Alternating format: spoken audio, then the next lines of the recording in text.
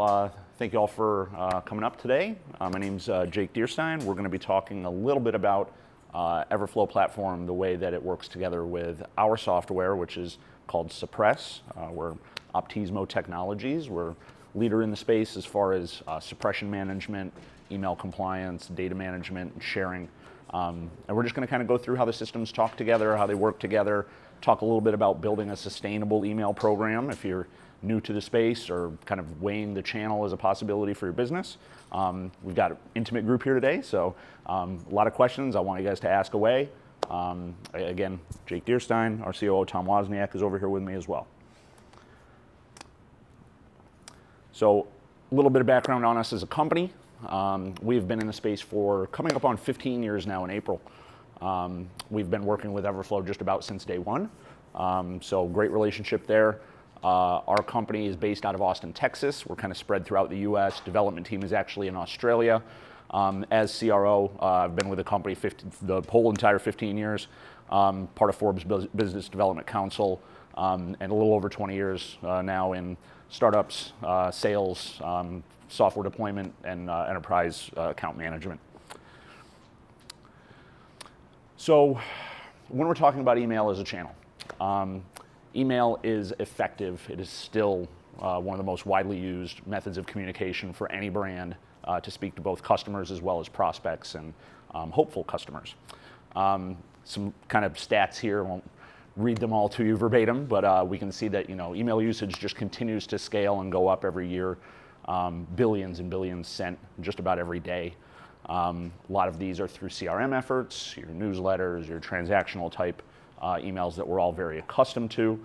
But email as an acquisition channel is especially useful and especially powerful for brands who are in that D2C world. You got to get your eyes on, customers' eyes on your offer, your service, your product. And that's really where a lot of the value around our platform comes into play. Making sure that you're able to work with these third-party affiliates, publishers, external marketers in a compliant and safe manner. As far as ROI, again, kind of just coming back to the effectiveness of email as a channel. As far last stats that we have are about 36-1 as far as the ROI on email in general. Google Ads' own published numbers are a 2-to-1 ROI. So the opportunity is there. Email is cost-effective, very scalable, and when you're doing it right, it's extremely effective as a channel for messaging. Now, with any great reward, you're certainly going to have a level of risk. Email is no exception to that fact. Fines can be hefty if the FTC decided to come after you. And that figure that you see at the bottom, that $50,020, that's ramped up quite a bit since the Can-Spam Act was passed in 2003. Initially, the fine was $16,000 roughly per message.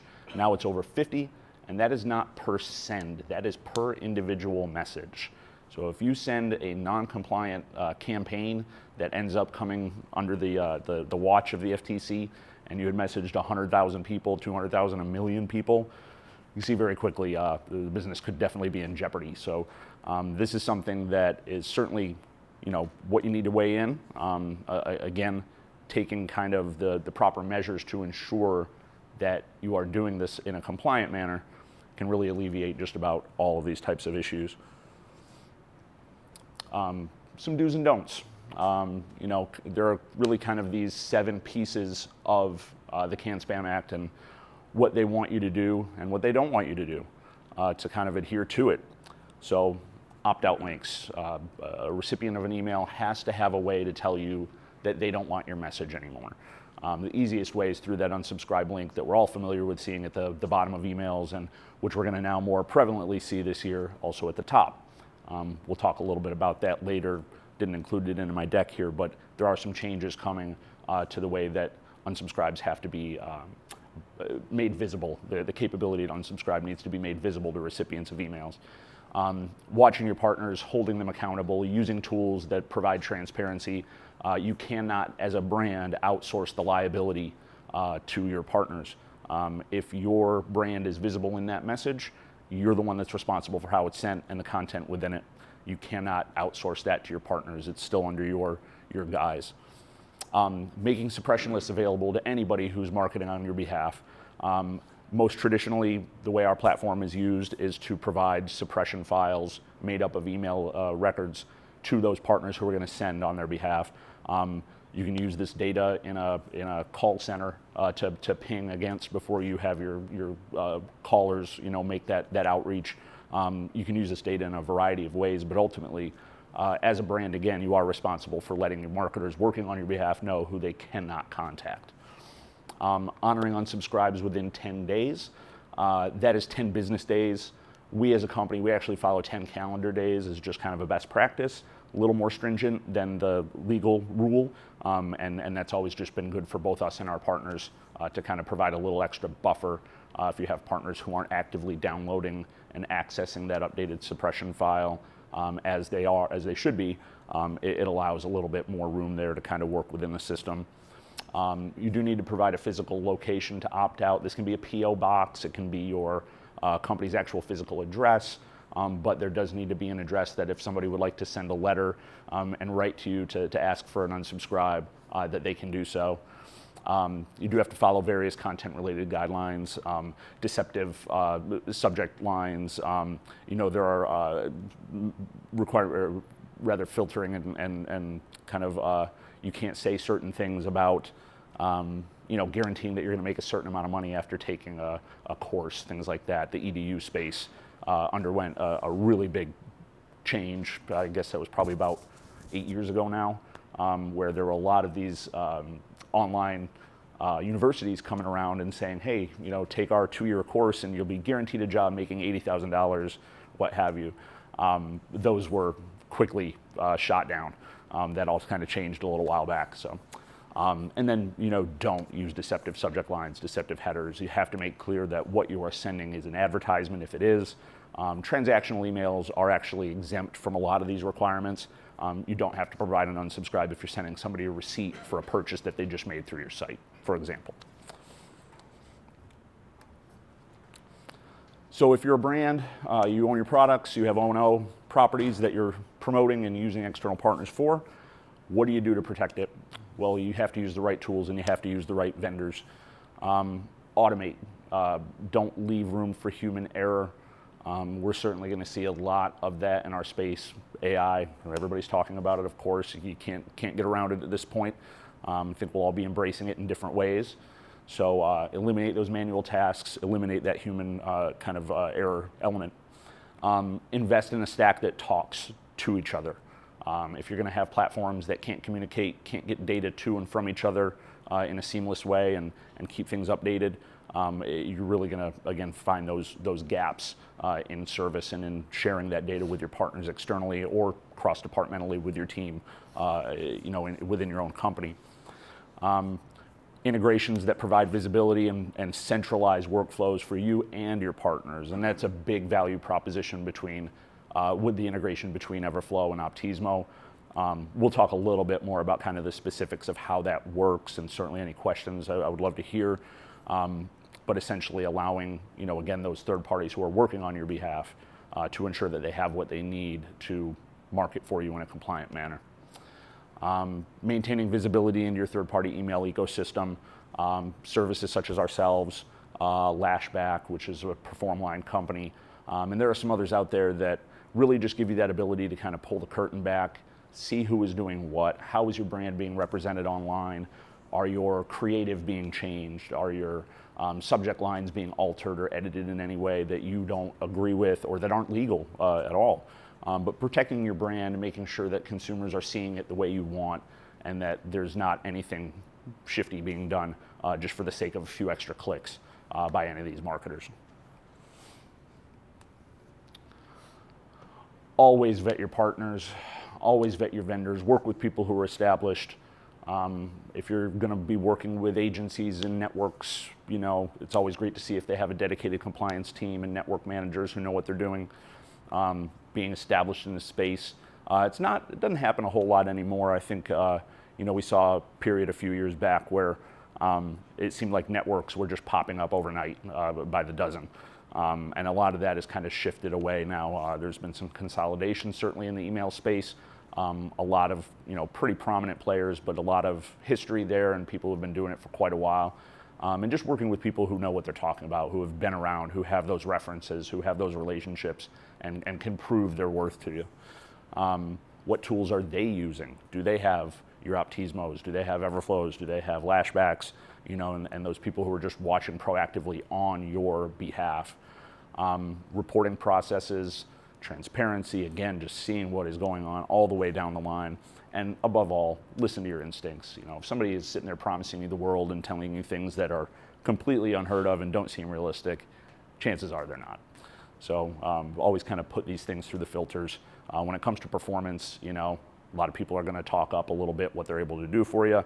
Just got to kind of run those through the filters and make sure that they can back up what they're saying.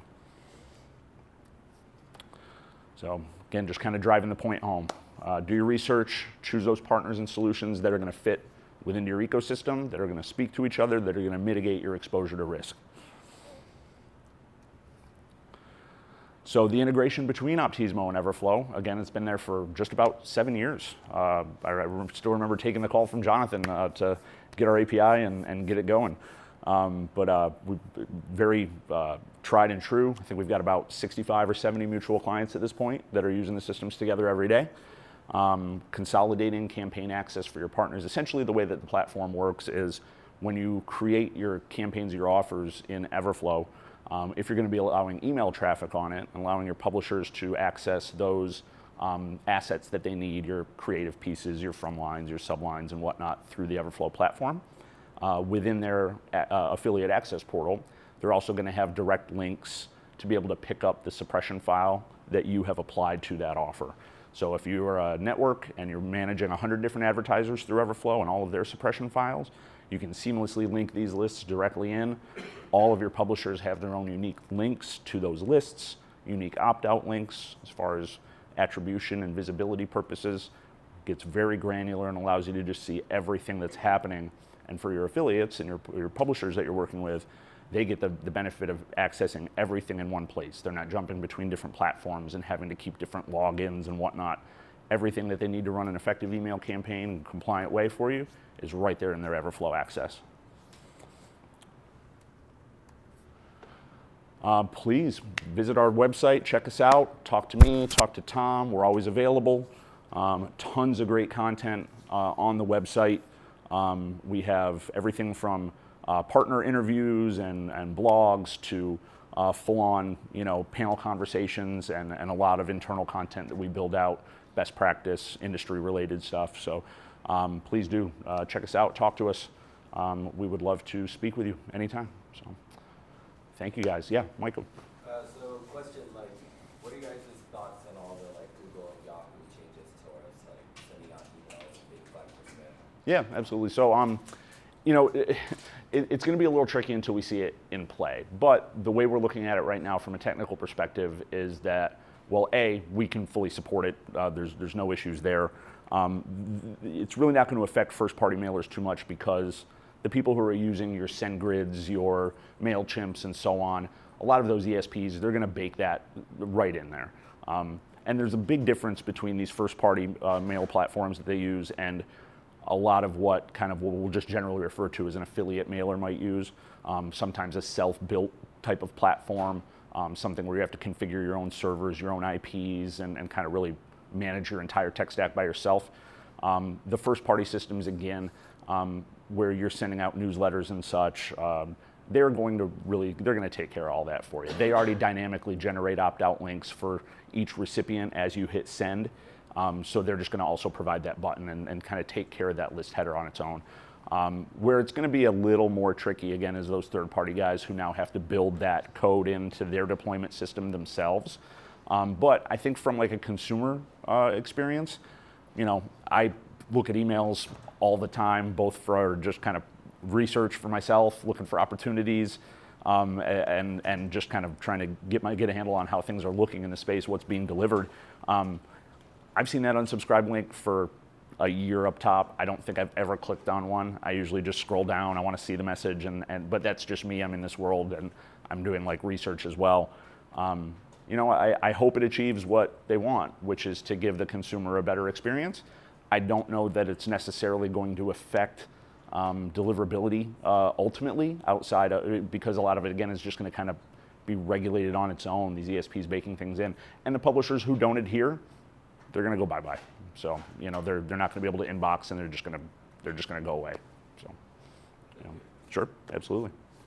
Yeah, that's a big topic. So if they, I mean, any other questions at all on that? When I'm setting up an offer in Everflow, I'm already able to add a suppression list. Mhm. What's the difference with your integration? So when you're adding a suppression list, are you pasting in like an SFTP or a Dropbox link, something like that? Before, but I see there's an option to edit, but what's the difference then? Yeah, so basically if you're using our platform, the way that the integration will sync in, you would create your list within our platform through an iframe integration. So it's right in the Everflow UI, just a separate kind of little tab that you can then navigate to. But essentially what you'd have is all the visibility and the alerting and the different monitoring type tools that our system provides will be on the back end.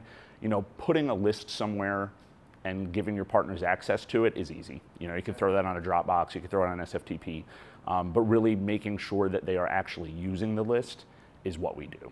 You know, providing that insight into opt-out volume from a given partner. If they're mailing to people who are already on your suppression list, who they shouldn't be mailing again, we can alert you to those types of things. If your partner's not accessing your list every 10 days as they have to legally, we can tell you that. So yeah, that's, you know, really, again, sharing a list of data with anybody is easy. Making sure it's secure, not getting abused, and actually being applied that's the tricky part, and that's where we come in. Yeah, thank you. Yeah. Any other questions, anything? Thank you so much. Good, all right, yeah, thank you guys. Appreciate it.